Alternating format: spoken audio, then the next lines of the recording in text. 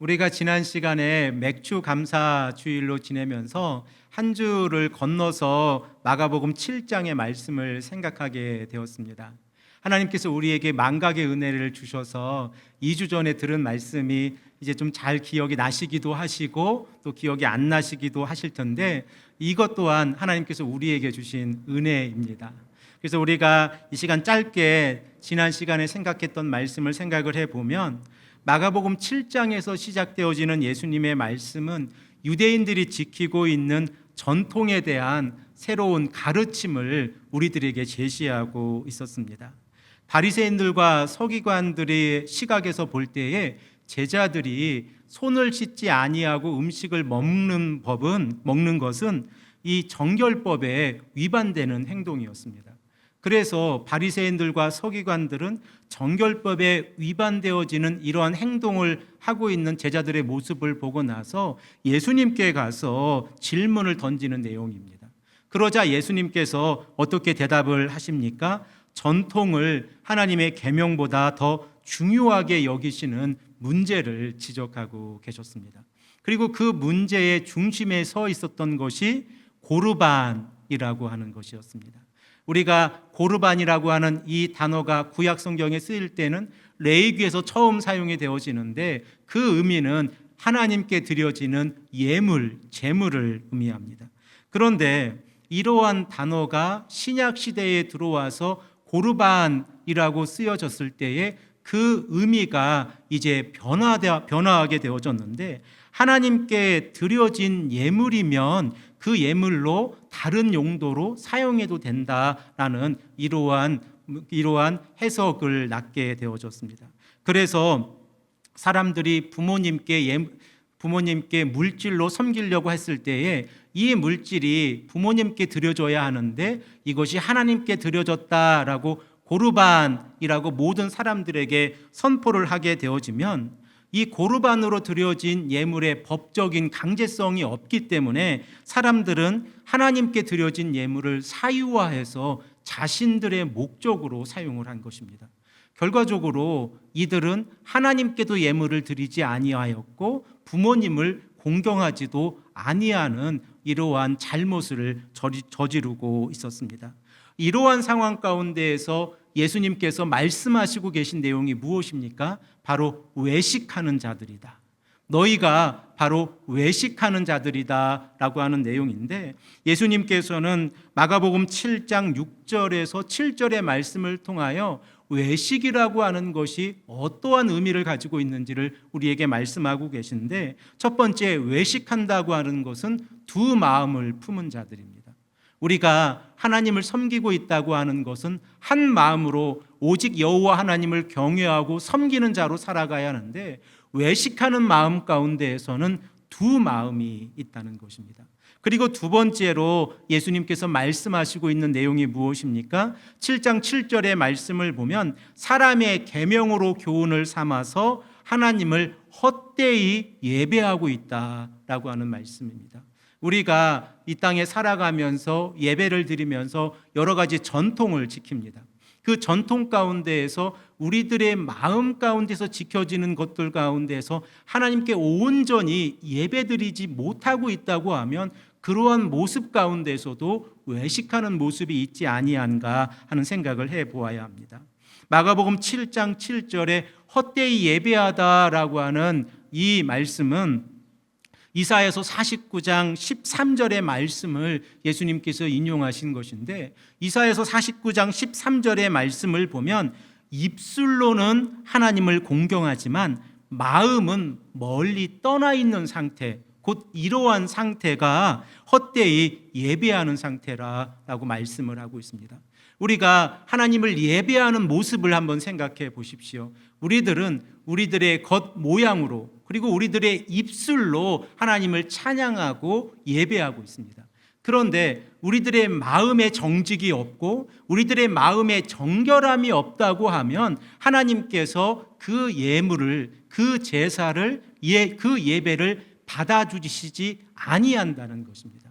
그래서 우리들은 창세기 4장에 기록되어져 있는 가인과 아벨의 제사에 대해서도 생각을 해보았습니다. 자, 한번 생각해 보십시오. 가인이 제물을 드렸을 때에 하나님께서는 그 제물을 받지 아니하셨습니다. 그런데 성경을 자세히 보면 가인과 그의 제물을 받지 아니하시고 아벨과 그의 제물을 받으셨습니다. 결과적으로 가인의 삶 가운데에서 하나님께 선을 행하는 삶을 살아가지 아니하면 그 제물 또한 받지 아니하신다고 하는 것이 하나님의 마음입니다. 그러므로 우리가 헛되이 예비한다라고 하는 이사야서 29장 13절의 말씀은 바로 이러한 마음을 정확하게 지적하고 있습니다. 입술로는 하나님을 공경하지만 마음으로는 멀리 떠나져 있다. 이것이 외식하면서 헛되이 하나님을 예배하는 삶입니다. 결과적으로 외식이라고 하는 것은 형식은 있지만 마음으로부터 나오는 하나님을 경외하는 마음은 없는 것이 헛되이 예배를 드리는 것입니다. 우리가 쉴만한 물가교회로 모여서 함께 예배 드릴 때에 우리의 예배가 신령과 진정으로 드리는 예배가 되기를 간절히 소망합니다. 우리가 이렇게 신령과 진정으로 예배를 드릴 때에 하나님께서 우리의 예배만을 받아주시는 것이 아니라 우리의 삶까지도 받아주실 줄로 믿습니다. 그러므로 하나님께서 우리의 삶을 받아주신다고 하시면 우리들은 임마누엘의 날개 아래에서 살아가는 것입니다. 늘 하나님께서 공급해 주시고 보호해 주시고 또한 늘 하나님께서 우리에게 약속해 주시는 그 길을 따라 우리가 살아가는 삶이기 때문에 우리들은 삶 속에서도 예배를 드리는 것이고 그리고 또한 이렇게 정해진 시간에 하나님께 나와 예배 드림으로 하나님을 찬양하고 말씀을 가까이 하고 우리의 영혼이 새롭게 되어지는 귀하고 복된 시간이 되는 것입니다. 자, 이러한 배경에서 오늘 본문 말씀 14절의 말씀을 보면 예수님께서 다시 많은 무리들을 모으셨습니다. 그리고 이 지금 일어나고 있는 이 사건에 대해서 다시 말씀을 하고 계신 내용이 기록되어져 있는데 15절과 16절의 말씀을 보면 사람이 먹는 것으로 그 마음이 더럽혀지는 것이 아니라 사람 안에서 나오는 것이 사람을 더럽게 한다라고 말씀을 하고 있는데 우리 다 함께 15절과 16절의 말씀을 읽겠습니다.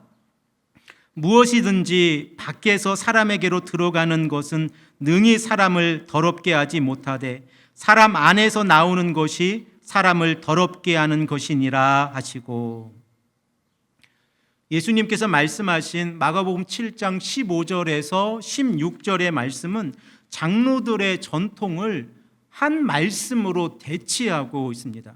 미시나의 6번째 목록인 정결법인 토올롯이 단번에 아무런 의미도 없게 되어진 상태가 된 것입니다. 그러므로 우리가 이 말씀을 들었을 때에 이 느끼는 충격과 1세기의 사람들이 이 말씀을 들었을 때에 그 느끼는 문화적인 충격, 하나님 예수님의 말씀의 충격이라고 하는 것은 아마도 상상할 수 없을 만큼 컸을 것입니다. 왜냐하면 자신들이 정통으로 지키고 있는 이 정결법이 예수님의 말씀 한마디로 무너져 버렸습니다.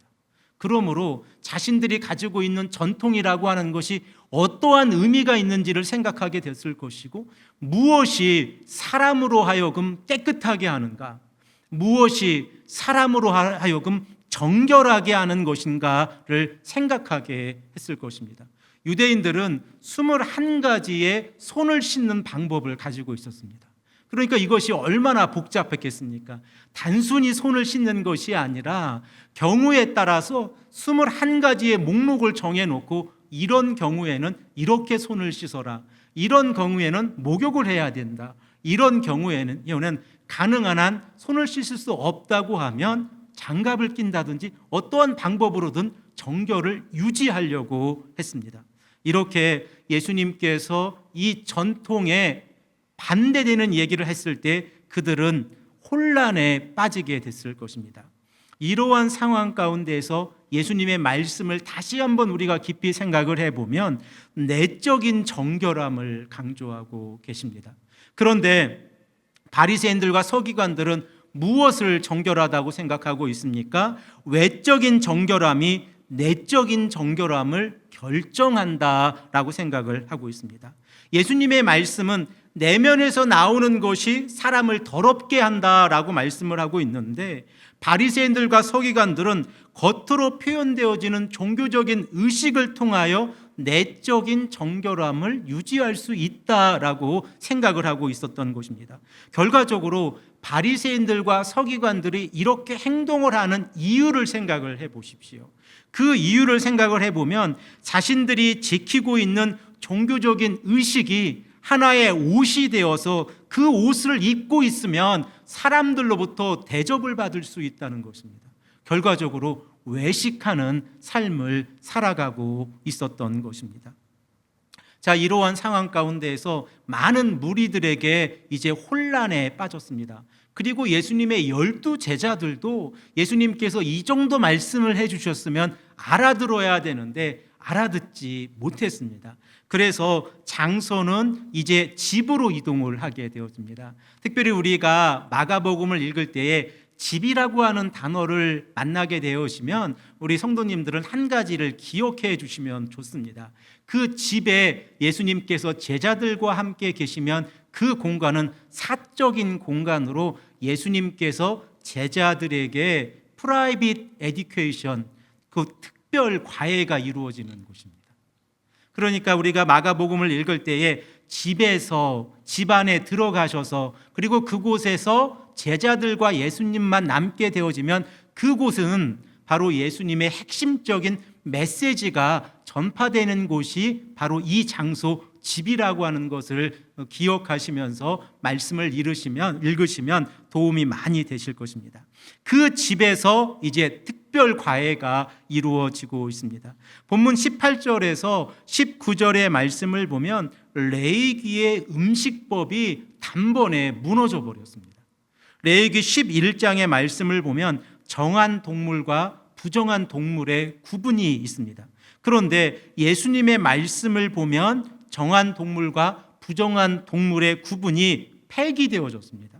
우리가 사도행전 10장에서 사도 베드로와 고넬료의 사건을 알고 있지 않습니까?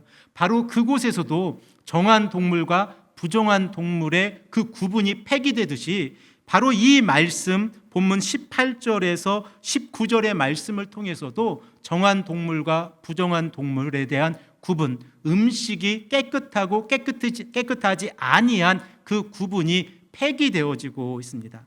또한 우리가 주목해야 되는 것은 마가복음 7장 24절에서 30절 말씀에 어떠한 내용이 나오는지 여러분들 잘 기억하고 계시지 않습니까? 바로 스로보니게 여자의 믿음이 나오지 않습니까? 그 스로보니게 여자의 믿음이 유대인을 대상으로 하고 있는 것입니까? 이방인을 대상으로 하고 있는 것입니까? 우리가 너무나 잘 알고 있습니다. 이방인을 대상으로 하고 있고, 바로 오늘 본문 말씀 마가복음 7장 18절에서 19절의 말씀을 통해서 이 스로보니게 여인의 이 사건에 대한 예고편이 어떻게 될 것인가에 대한 그 그림을 우리가 그리게 되어지게 됩니다. 이렇게 성경에서 마가는 우리에게 주는 그 메시지를 깊이 있게 설명을 하고 있는데, 우리 다 함께 본문 18절과 19절의 말씀을 읽고 생각해 보겠습니다. 예수께서 이르시되 너희도 이렇게 깨달음이 없느냐? 무엇이든지 밖에서 들어가는 것이 능히 사람을 더럽게 하지 못함을 알지 못하느냐? 이는 마음으로 들어가지 아니하고 배로 들어가 귀로 나감이라. 이러므로 모든 음식물을 깨끗하다 하시니라. 예수님의 핵심은 무엇입니까? 우리가 음식을 먹었을 때에 그 음식이 마음으로 들어가지 아니하고 배로 들어간다는 것입니다. 결과적으로 배가 더러운 것이 아니라 마음이 더럽다는 것인데, 우리의 삶 가운데에서 신앙생활을 하면서 믿음 생활을 하면서 우리가 부정하다고 하는 것은 우리의 마음이 죄가 있다는 것이지 우리의 배가 우리가 먹는 음식물로 결정이 되지 않는다는 것입니다. 자, 그러면 예수님의 말씀을 조금 더 깊이 있게 생각을 해 보십시오. 사람을 더럽히는 것은 음식이 아니라는 것까지 우리가 알게 되어졌습니다. 그러면 사람을 더럽히는 것이 무엇입니까? 곧 마음속에서 나오는 악한 생각, 그리고 그 악한 생각이 마가는 예수님의 메시지를 통하여 12가지의 죄의 목록으로 기록을 하고 있습니다. 우리 다 함께 7장 20절에서 23절의 말씀을 읽겠습니다. 함께 읽겠습니다. 또 이르시되 사람에게서 나오는 그것이 사람을 더럽게 하느니라. 속에서 곧 사람의 마음에서 나오는 것은 악한 생각, 곧 음란과 도둑질과 살인과 간음과 탐욕과 악독과 속임과 음탕과 질투와 비방과 교만과 우매함이니 이 모든 악한 것이 다 속에서 나와서 사람을 더럽게 하느니라. 예수님께서 말씀하신 이 마음을 더럽게 하는 12가지 죄의 목록들을 우리가 읽어보았습니다. 제가 헬라어 성경을 보면서 조금 놀랬던 부분이 있습니다. 예전에도 늘 읽던 헬라어 성경이 이번에 읽으면서 왜 놀랬을까 생각을 해보니까 이 12가지 죄의 목록들을 하나씩 하나씩 보니까 6가지의 특징과 6가지의 특징이 분명하게 나누어져 있다는 사실을 깨닫게 되었습니다. 그 특징이 무엇이냐면 앞에서 시작되어진 음란에서 악독까지의 이 목록은 복수로 기록이 되어져 있습니다. 그리고 속임에서 시작되어진 우매함으로 이어지는 이 목록은 단수로 기록이 되어져 있습니다. 우리가 복수의 개념과 단수의 개념을 이해하고 있지 않습니까? 복수는 하나의 사건이 아니라 여러 번 이루어지는 것이고, 단수라고 하는 것은 단번에 한 번에 이루어지는 것입니다. 그러므로 12가지의 죄의 목록이 앞부분의 6개는 복수로 기록되어져 있고 뒷부분의 6개는 단수로 기록되어져 있다는 사실을 우리가 깨닫고 난 다음에 이 6가지의 목록과 이 단수로 기록되어진 6가지의 목록을 보게 되어지면 특징을 발견하게 되어집니다. 앞부분에 기록되어져 있는 6가지 목록은 금지된 행동의 개념을 가지고 있고, 뒷부분에 기록되어져 있는 6가지의 목록은 금지된 생각의 개념을 가지고 있습니다. 이러한 설명을 이해하고 난 다음에 다시 한번 이 12가지 죄의 목록을 읽어보겠습니다. 21절에서 22절 말씀입니다. 속에서 곧 사람의 마음에서 나오는 것은 악한 생각, 곧 음란과 도둑질과 살인과 간음과 탐욕과 악독과 이 6가지가 복수로 기록되어져 있고 행동으로 이어지는 것들입니다. 그리고 속임과 음탕과 질투와 비방과 교만과 우매함이니 이 6가지의 목록이 단수로 기록되어져 있고, 그리고 생각에서 죄를 짓는 목록들입니다. 이렇게 구분을 해놓고 이제 복수로 기록되어져 있는 6가지의 목록을 보면 서로 짝을 이루고 있다는 사실을 우리가 깨닫게 되어집니다. 음란이라고 하는 이 단어가 간음이라고 하는 단어와 연결이 되어져 있습니다. 도둑질이라고 하는 이 단어가 탐욕이라고 하는 단어와 연결이 되어져 있습니다. 살인이라고 하는 단어가 악독이라고 하는 단어와 연결이 되어져 있습니다. 그러므로 우리의 마음 가운데에서 이렇게 복수로 기록되어져 있는 6가지의 행동들은 우리의 마음을 더럽게 하는 것입니다. 곧 하나님의 말씀을 깨닫지 못하게 하고 말씀으로 순종하지 못하게 하고 우리의 삶 가운데에서 말씀으로 정결하게 살아가는 것이 아니라 세상의 방식으로 살아가는 것입니다. 물론 우리들의 삶 가운데서 음란이나 도둑질이나 살인이 일어나지 않습니다. 그러나 우리의 마음 가운데에서 있는 악독과 탐욕과 간음이라는 이 마음이 있다고 하면 이것이 결과로 나타났을 때에 어떠한 죄를 짓게 되어지는지를 우리가 깨닫게 되어집니다. 자, 이제 뒷부분에 기록되어져 있는 6가지 단수의 개념으로 기록되어져 있는 목록을 보십시오. 속임과 음탕과 질투와 비방과 교만과 우매함이니, 특별히 이 음탕이라고 번역되어져 있는 헬라어 명사 아셀게이아라고 하는 이 명사는 음탕이라고 번역하는 것보다 방탕이라고 번역을 하는 것이 조금 더 바른 번역입니다. 왜냐하면 이 방탕이라고 번역되어져 있는 아셀게이아라고 하는 의미가 노멀한 상태에서 벗어나 있는 것을 의미합니다. 그러므로 일상적으로 노멀하게 우리가 하나님 앞에서 바르게 생활해야 되는데 그 생활로부터 벗어나 있는 상황이 방탕이라고 하는 의미입니다. 그리고 이 6가지 죄의 목록을 열심히 제가 읽어보면서 또 한 가지 저 나름대로 생각을 하게 된 것이 이 6가지의 목록을 거꾸로 읽어보면 사람의 마음속에 나오는 그 죄의 모양들을 만들어 가고 있다는 것을 깨닫게 되어졌습니다. 생각을 해보십시오. 우매함이라고 하는 것, 곧 그것은 어리석음을 의미합니다. 그런데 그 어리석음이라고 하는 것, 우매함이라고 하는 것은 서로가 서로를 이해하지 못하거나 아니면 스스로 자기가 높은 사람이라 스스로 자기가 다른 사람보다 뛰어난 사람이라고 생각했을 때 나타나는 죄의 모양이 무엇입니까? 교만입니다. 그리고 교만했을 때에 어떠한 죄를 짓게 되어집니까? 비방하게 되어집니다. 비방하는 사람 가운데에서 그 마음의 모양을 바라보면 질투하는 마음이 있습니다.